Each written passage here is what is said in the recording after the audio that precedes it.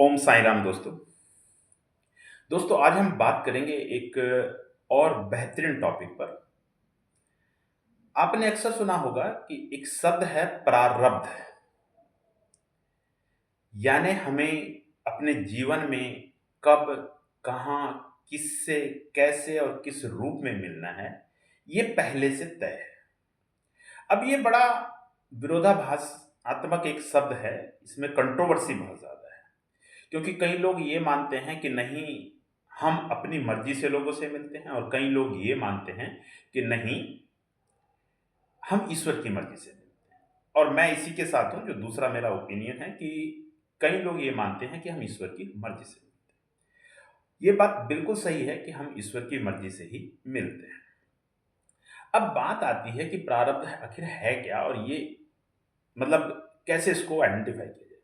प्रारब्ध के बारे में बहुत लोग बहुत सारी चीज़ें कहते हैं कि जो भाग्य आपका लिख दिया गया है वो बदला नहीं जा सकता। तो इसमें कुछ लोग ये भी कहते हैं कि नहीं, आप अपनी मेहनत से भाग्य को बदल सकते हैं। कई बार लोग कहते हैं कि हाथों की लकीरों में सब कुछ लिखा होता है।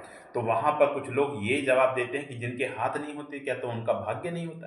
बिल्कुल सही बात है, बिल्कुल बहुत सही बात। अब हम एक बात को समझते हैं। हमारी जो हिंदू मैथोलॉजी है, जो हिंदू धर्म है, वो ये कहता है कि जब बच्चा माँ के गर्भ में मात्र 6 दिन का होता है, यानी उस वक्त तक माँ को भी ये पता नहीं होता कि वो गर्भवती है, तब उस बच्चे की प्रारब्ध लिख दी जाती है। उसे कब तक जीना है, कैसे जीना है, किस हालात में जीना है, कब कहाँ जाना है, ये सब फिक्स है। अब कुछ लोग इसमें ये कहते हैं कि भाई ऐसा कैसे हो सकता है? अगर सब कुछ फिक्स है तो हमें करने की आवश्यकता ही क्या है? तो भगवान श्री कृष्ण ने श्रीमद् भागवत गीता में एक बड़ा ही डिप्लोमेटिक स्टेटमेंट दिया था कि तू सिर्फ कर्म कर, फल तुझे मैं दूंगा। अब आप देखना, कई बार आप बहुत अच्छा काम कर रहे हो, आप सोच रहे होते यार मैं बहुत अच्छा कर रहा हूं, मैं कोई गलत काम नहीं कर रहा, लेकिन फिर भी आपको फल वैसा नहीं मिलता जैसा आप चाहते। इसका सबसे मेन कारण जो मैं समझ पाया, या जो हमारे जो शास्त्र भी कहते हैं, वो यही है कि वो जो फल आपको मिल रहा है, वो ईश्वर ने, जो भगवान श्री कृष्ण ने श्रीमद् भागवत गीता में कहा था, वो यही कहा था कि वो जो मैं फल दूंगा तेरी प्रारब्ध के अनुरूप दूंगा। कई बार हमें लगता है अरे पता नहीं मैंने किस जन्म में कौन से पाप किए होंगे। अब कितने जन्म होते हैं, नहीं होते हैं, ये कंट्रोवर्शियल बात है, इस पे मैं ज्यादा चर्चा नहीं करूंगा। लेकिन आप एक बात समझिएगा कि जो भी कर्म हम यहां पर भुगतते हैं, वो हमारी प्रारब्ध के अनुरूप है। हमें कब जाना है, कहां जाना है, किससे मिलना है, ये सब पहले से तय है। आप सोच के देखना, कई बार सोचना। कई बार कोई व्यक्ति घर में बैठा होता है, उसका एक मित्र आता है, कहता है चल यार घूमने चलते हैं। उसने मन में नहीं सोचा था, लेकिन वो कहता है कि घूमने चलते हैं, और वो घूमने जाते हैं, उनके साथ कोई बड़ा हादसा हो जाता है। ईश्वर ना करे कभी दुश्मन के साथ भी ऐसा, पर हो जाता है ना।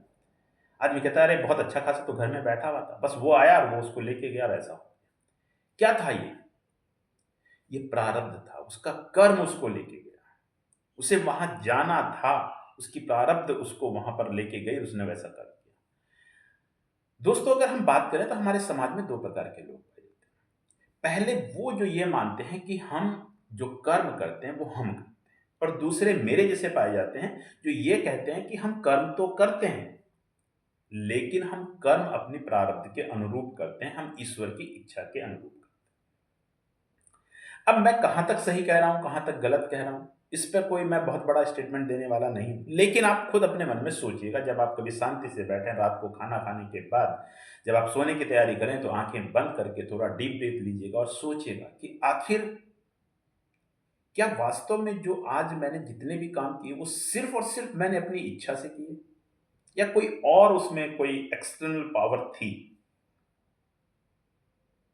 और इसको अगर बहुत अच्छे से आप समझिएगा तो दो एग्जांपल मैं आपको देता हूं। पहला एग्जांपल, जब कोई माँ बाप, कोई पिता अपनी बेटी की शादी करने की प्लानिंग करता है, तो वो अपनी तरफ से बेहतर प्रयास करता है। अच्छा घर, अच्छा खानदान, अच्छा परिवार, अच्छा लड़का, अच्छी नौकरी, सब कुछ देखता है। यहां तक कि हमारी मैथोलॉजी तो यहां तक कहती है वो उसकी कुंडली भी मिलाता है और उसके गुणों को मिलाता है। इतना सब करने के बावजूद भी कई बार देखा गया कि वो लड़की बड़े कष्टों में रहती है, वो परिवार बड़े कष्टों में रहता है।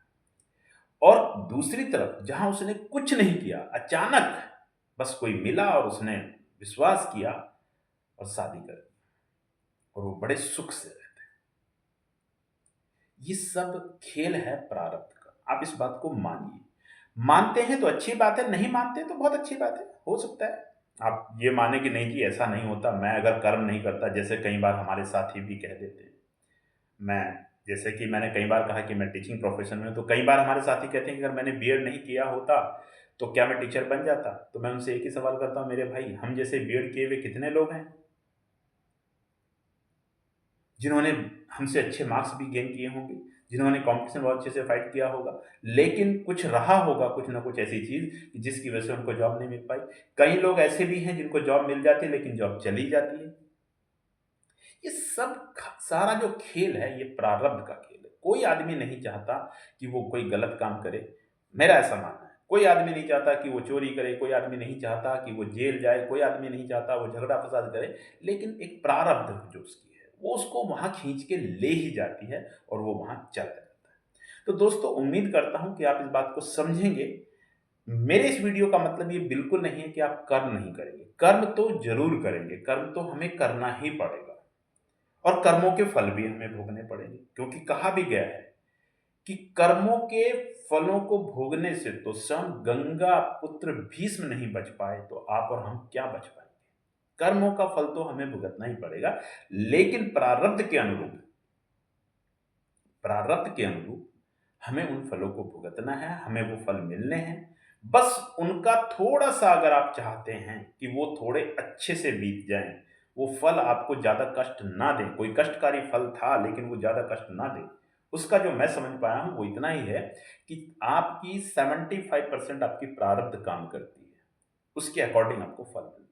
लेकिन 25% ईश्वर का जो स्मरण है, ईश्वर की जो भक्ति है, वो उन फलों को, मतलब ऐसे मान लीजिए जैसे पुराने समय में कोई किसी को अभिशाप दे देता था कि तुम्हें मैं ये अभिशाप देता हूँ, तुम्हें ऐसा हो जाए।